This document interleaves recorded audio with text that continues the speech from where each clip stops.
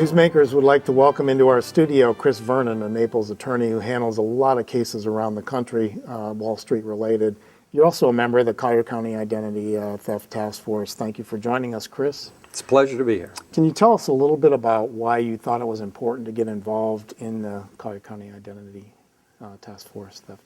Well, I thought it was very proactive for the team that actually put it together. I was one of the later invitees, so I was honored to be a part of it. But I think it's just the more I learn about it, and I'm still learning about it, it's just pervasive, and you can't stop it. So it's about educating the public. It's about being proactive to limit the opportunities to have your identity stolen, and then be in a position to rehabilitate your identity once it's stolen.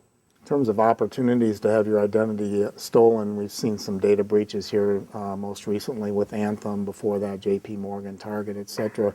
Are there any lessons that people can take away from those kinds of data breaches that ought to go into their everyday life about protecting their identity? Yeah, that's been one of my big themes since I joined the task force, is what you really need is a mindset. It's impossible for most of us to understand the nuances of identity theft. And even if we do, there's going to be a new version of it out tomorrow.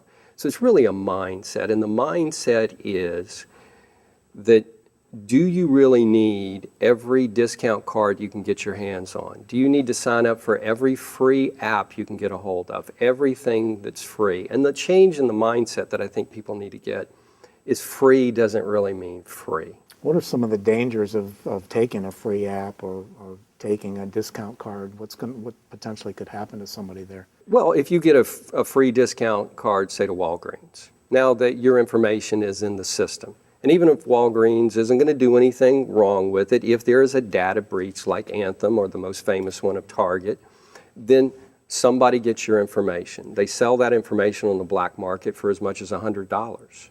So what you're doing is you're telling Walgreens, I'm giving you something that's potentially worth up to $100 in exchange for blank. Now that's the key. We all live in this world where we need apps, we need credit cards, we need those kinds of things. But if in exchange for blank is 1 cup of coffee at Starbucks or 1 pack of gum at Walgreens once a year, then you are trading your personal information, you're bartering away your personal information for a pack of gum, which is, in my mind, is a horrible trade. Now, if you go to Walgreens every day and you're saving $3 every time you go there, that is probably a fair trade. So what the mindset is, everybody go out there and get value for your money, and don't just grab every free thing you can think of without understanding the consequences of what you're giving away. When you get involved in cases, at that point we've already got a victim involved. From your involvement in some of the cases that you've handled, is there any sort of lesson you can share with people as far as what they should be doing to protect their identity? Well, just as a follow-up and sort of continue on that same theme, is that if you have less of those applications, those apps, if you have less of those discount cards, then you have less, I call it, like, to use old school terms, storage units where your information is housed.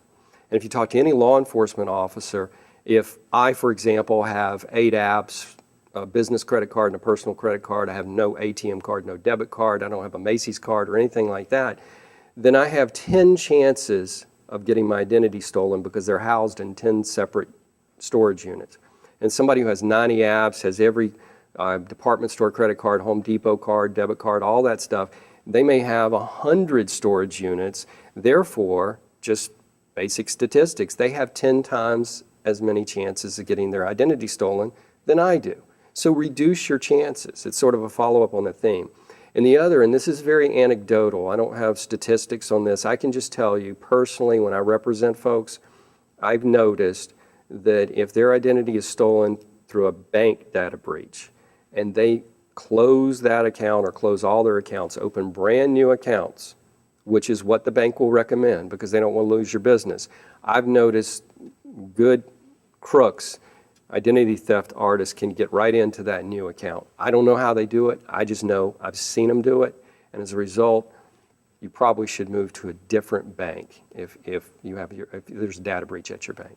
So if there's a word to sum up, regardless of your socioeconomic level, wealthy, modest income, low income, I guess vigilance is really the key word, I guess. Absolutely vigilance, and limit the opportunities to have it stolen. Okay.